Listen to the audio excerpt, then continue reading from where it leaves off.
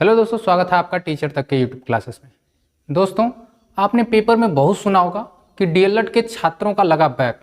कभी कभी ये भी सुनने को मिलता है दोस्तों कि 50,000 छात्रों का लगा बैक, 30,000 छात्रों का लगा बैक। आखिर दोस्तों, अगर आप डीएलएड कर रहे हैं या आपको डीएलएड करना है या आप डीएलएड में एडमिशन लिए हैं तो आप इस वीडियो को लास्ट तक देखिएगा। बहुत ही इंपॉर्टेंट इस वीडियो में हम लोग बात करेंगे। अगर इस वीडियो को आप मिस कर देते हैं तो हो सके आपको भी आगे कुछ ना कुछ परेशानियों का सामना करना पड़ जाए। तो चलिए दोस्तों, इस वीडियो में हम लोग बात करेंगे बैक क्या होता है और सब्जेक्ट में बैक क्यों लगती है, सेमेस्टर बैक क्या होता है, स्क्रूटनी क्या होता है, और ये भी बात करेंगे दोस्तों कि बैक लगने से बचने के लिए आपको क्या करने चाहिए। तो चलिए दोस्तों, अगर आप चैनल पर नए हैं तो प्लीज चैनल को सब्सक्राइब कर दीजिएगा, वीडियो को लाइक कर दीजिएगा। चलिए दोस्तों, वीडियो स्टार्ट करते हैं। पहला पॉइंट पे दोस्तों हम लोग बात करेंगे क्यों लग जाता है डीएलएड में बैक। दोस्तों, बैक लगने के कई कारण हो सकते हैं, क्योंकि दोस्तों यहाँ पे अगर हम बात करेंगे, मेरे बीच में पहले सेमेस्टर की मार्कशीट आपको दिख रही होगी और इस मार्कशीट से ही हम लोग समझेंगे क्यों बैक लगता है। यहाँ पे देखेंगे 8 नंबर तक, क्योंकि 8वीं सब्जेक्ट तक यहाँ पे पेपर होता है और 8 सब्जेक्ट होते हैं दोस्तों। और हम लोग ग्रेजुएशन करके या इंटर करके डीएलएड करते हैं। और दोस्तों यहाँ पे इतनी सब्जेक्ट होती हैं और सभी सब्जेक्ट को पढ़ना अनिवार्य होता है। आपके हाई स्कूल जैसे नहीं है कि अगर आपको क्या संस्कृत पढ़ना है या कला पढ़ना है तो उस तरह के ऑप्शनल सब्जेक्ट होते हैं, हम लोग उस तरह लेकर के पढ़ते हैं, जैसा कि ग्रेजुएशन में भी आप सब्जेक्टों को चुन करके पढ़ते हैं। लेकिन अगर दोस्तों आप डीएलएड करने आ चुके हैं या डीएलएड कर रहे हैं तो यहाँ पे आपको ऑप्शनल सब्जेक्ट नहीं मिलता है, केवल एक ही लगभग सब्जेक्ट मिलती है, जैसे उर्दू वगैरह, उसमें आप ऑप्शनल रख सकते हैं। लेकिन बाकी सब जितनी 7 सब्जेक्ट या 8 सब्जेक्ट पर सेमेस्टर पढ़ाई जाती हैं, सभी सब्जेक्ट अनिवार्य होते हैं और अनिवार्य रूप से आपको पेपर देने होते हैं।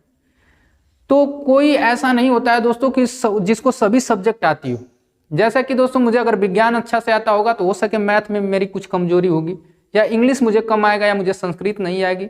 इस तरह के कंडीशन सभी स्टूडेंटों में देखने को मिलते हैं, जितने प्रशिक्षु होते हैं सब में देखने को मिलते हैं। बहुत सारे ऐसे प्रशिक्षु होते हैं जिनको सारा सब्जेक्ट आता है, वो कभी फेल नहीं होते हैं और उनका बैक भी नहीं लगता। अगर आप थोड़ी सी अच्छे से मेहनत करेंगे तो आपका भी नहीं लगेगा। लेकिन मैं रीजन बता रहा हूं कि इसी कारण जो है कि बैक लग जाते हैं। और देखिए दोस्तों, बैक लगता क्यों है, उसका मेन रीजन होता है ये 8 सब्जेक्ट आपको दिख रही है ना, ये जो 8 सब्जेक्ट है दोस्तों, यहाँ पे आप देखेंगे एक तरफ लिखा होता है एक्सटर्नल मार्क और एक तरफ इंटरनल मार्क। और ये जो 8 सब्जेक्ट का पेपर होता है दोस्तों, 8 सब्जेक्टों का पेपर 3 दिन में ही समाप्त कर दिया जाता है। अब सोचिए 3 दिन में आपको कितने सब्जेक्ट देने हैं, 8 सब्जेक्ट देने। तो जाहिर सी बात है दोस्तों, घबराहट भी हो जाती है और सही से अगर तैयारी नहीं रहती है तो उसमें भी प्रॉब्लम हो जाता है। तो एक साथ जो है कि इतने सारे सब्जेक्ट का पेपर होते हैं, इसीलिए जो है कि दोस्तों ज्यादा बैक लग जाते हैं। और दोस्तों यहाँ पे हम लोग बात करेंगे इसमें पासिंग मार्क कितने होते हैं, वो भी देख लेते हैं इसी वीडियो में। देखिए, मैक्सिमम मार्क एक्सटर्नल का होता है 50 और 25 का। तो अगर दोस्तों 50 नंबर का अगर आपका मार्क है तो उसमें 25 नंबर आपको लाना होगा पास होने के लिए। ठीक है, जो हम लोग लिखित पेपर देते हैं, बाकी सब इंटरनल भी होता है, लेकिन इंटरनल आपको कॉलेज के लेवल से प्रैक्टिकल वगैरह में आपको नंबर मिल जाते हैं, इसकी चिंता नहीं रहती है। चिंता इसी में होता है, इसी में बैक लगता है, एक्सटर्नल में। अगर दोस्तों मान लीजिए आप 50 में से 25 नहीं लेके आते हैं तो आप क्या हो जाएंगे, आपके मार्कशीट पे इस तरह फेल लिख के आएगा, आप एक सब्जेक्ट में हो या 2 सब्जेक्ट में। ठीक है, फिर उसके बाद अगर विज्ञान में देखें तो विज्ञान का पूर्णांक है दोस्तों यहाँ पे 25 नंबर, और 25 नंबर में आपको कितने लेके आने होंगे, तो मिनिमम जो है कि आपको 12 नंबर क्वालिफिकेशन मार्क लेके आने होंगे। अगर 12 नंबर आपका नहीं आएगा तो आपके भी मार्कशीट पे फेल लिख करके आएगा। ठीक है, अगर बाकी सब आप 12 नंबर सारे सब्जेक्ट में भी पा जाते हैं और 50 वाले में आप क्या, आप 25 भी पा जाते हैं तो आप पास हो जाएंगे। देखिए, जो सिलेबस है देखने में तो बहुत ही आसान लगता है कि हमको क्या 6 से 8 तक का ही सिलेबस पढ़ना होता है, लेकिन सबसे बड़ी दिक्कत होती है कि सारे सब्जेक्ट पढ़ने होते हैं। तो एक अच्छे प्रशिक्षु बनने के लिए दोस्तों आपको 6 से 8 तक के जितने सिलेबस हैं आपको बीटीसी के सिलेबस से पूरा पढ़ना होगा, तभी जो है कि आपकी बैक वगैरह नहीं लग सकती है। अब आगे चलते हैं दोस्तों और अगले टॉपिक पे बात करते हैं कि बैक जो है कि कितने तरह की लगती है। अब बैक लगता क्यों है, कैसे लग जाता है, इसके बारे में बात करेंगे। अब देखिए, बैक यहाँ पे देखेंगे दोस्तों तो 2 तरह से बैक लगता है आपका। एक सब्जेक्ट बैक लगता है और एक पूरा सेमेस्टर ही बैक लग जाता है। तो सब्जेक्ट बैक समझेंगे अभी। जैसा कि ऊपर मैंने बताया कि 50 का पूर्णांक होता है और 25 नंबर का पूर्णांक होता है। अगर दोस्तों इसमें पासिंग मार्क्स 25 नंबर के मार्क हैं और इसमें 12 नंबर का पासिंग मार्क है, अगर इसमें एक सब्जेक्ट में कोई 50 वाले में लेके आता है 24 नंबर तो यहाँ फेल होगा, और यहाँ पे 12 नंबर में मान लीजिए 10 नंबर आ जाता है तो इसमें भी दोस्तों फेल होगा। तो जब कभी आप दोस्तों एक सब्जेक्ट में फेल होते हैं या एक सब्जेक्ट में आपका पासिंग मार्क नहीं आता है तो उसे कहा जाता है सब्जेक्ट बैक।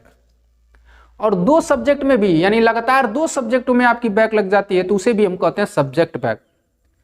लेकिन उसका उल्टा यहां होता है, अगर मान लीजिए तीसरी सब्जेक्ट आपकी हो गई, कोई तीसरी सब्जेक्ट वो 25 नंबर की भी हो सकती है या 50 नंबर की भी हो सकती है, अगर फिर आप तीसरी सब्जेक्ट में भी अगर दोस्तों आप क्या हो जाते हैं, फेल हो जाते हैं,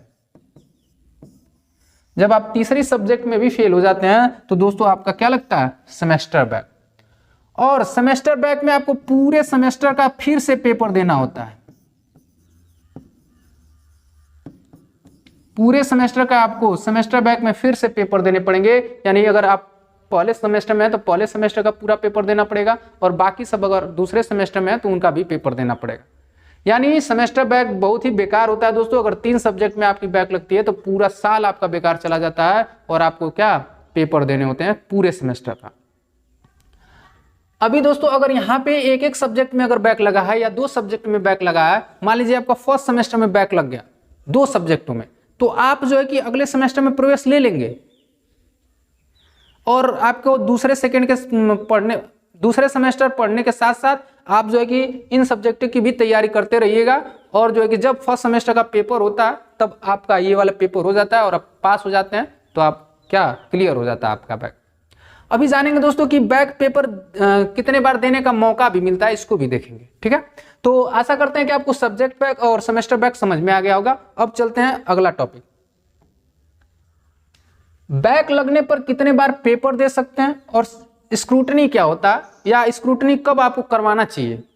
तो सबसे पहले जानते हैं कि बैक लगने पर आप पेपर कितने बार दे सकते हैं। मान लीजिए दोस्तों आपको 2 सब्जेक्ट में बैक लग गया या केवल एक ही में लगा है, केवल एक ही सब्जेक्ट में बैक लगा, तो आप कितनी बार पेपर दे सकते हैं।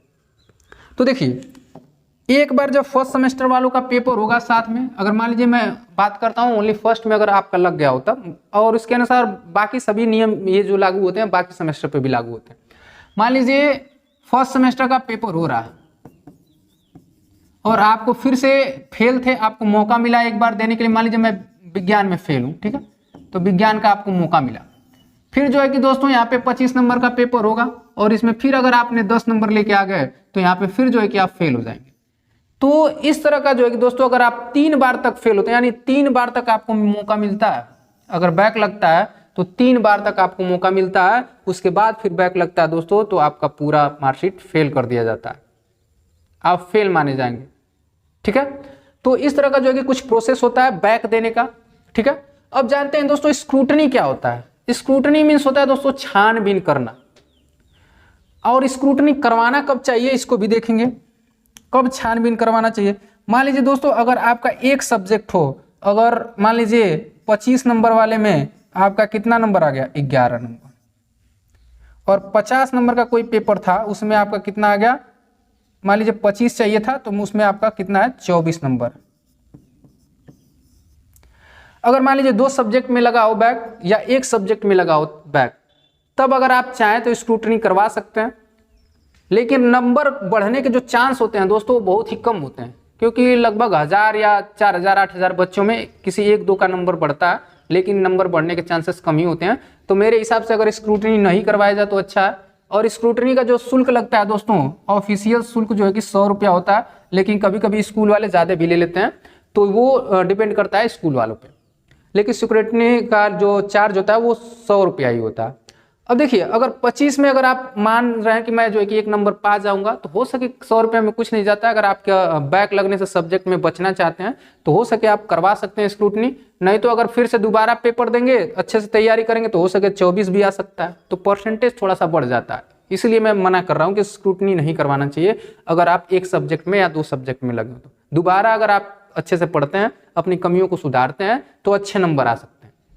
अब देखिए स्क्रूटनी करवाएं कब करवाएं, जब लगे कि दोस्तों आपको 3 सब्जेक्ट में बैक लग जाए और आपका सेमेस्टर बैक लगना हो, आपका सेमेस्टर बैक लगने वाले आए, आप 3 सब्जेक्ट में फेल हो गए, तब वहां पे मैं कहूंगा कि आप स्क्रूटनी करवा लीजिए, क्योंकि आपका पूरा साल खराब ना हो और आपका 1 साल आराम से बच जाए। अगर हो सके एक आध नंबर, अगर मान लीजिए मैं एक फिर 25 वाले नंबर में फिर 11 या 10 लेके आ गया, हो सके किसी में एक नंबर तुम्हारा बढ़ जाएगा दोस्तों, तो आप क्या सेमेस्टर बैक से क्या हो जाएंगे, बच जाएंगे।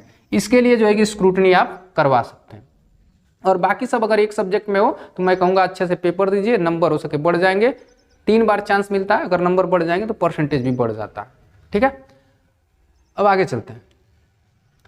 अब इसमें देखेंगे दोस्तों कि अगर बैक लग जाए तो बैक से बचने के लिए आपको क्या क्या करना चाहिए, बैक न लगे इसके लिए क्या करना चाहिए।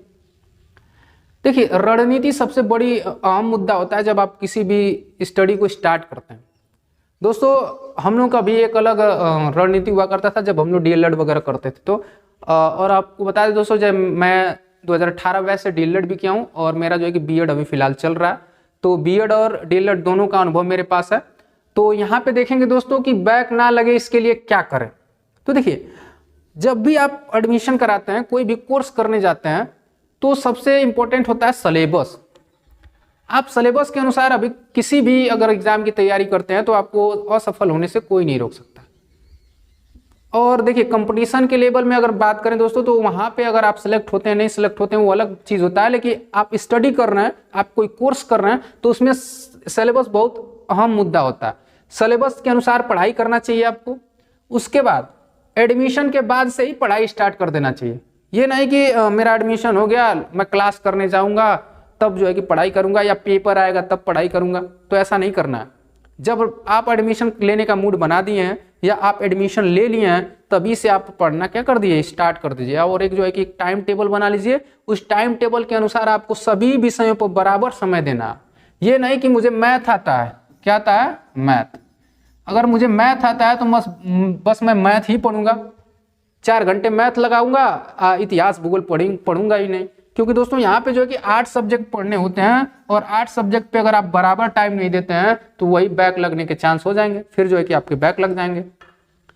तो मेरी गुजारिश यही रहेगी दोस्तों, आप समय रहते ही आप उसकी तैयारी करिए, पेपर का इंतजार मत करिए। अगर आपका बैक लग गया तो आप अभी से तैयारी करते रहिए। ये नहीं कि जब टाइम टेबल आएगा फर्स्ट सेमेस्टर का तब मैं तैयारी करूंगा, या जब मेरा पेपर होने वाला रहेगा तब मैं तैयारी करूंगा, ऐसा कदापि न करें।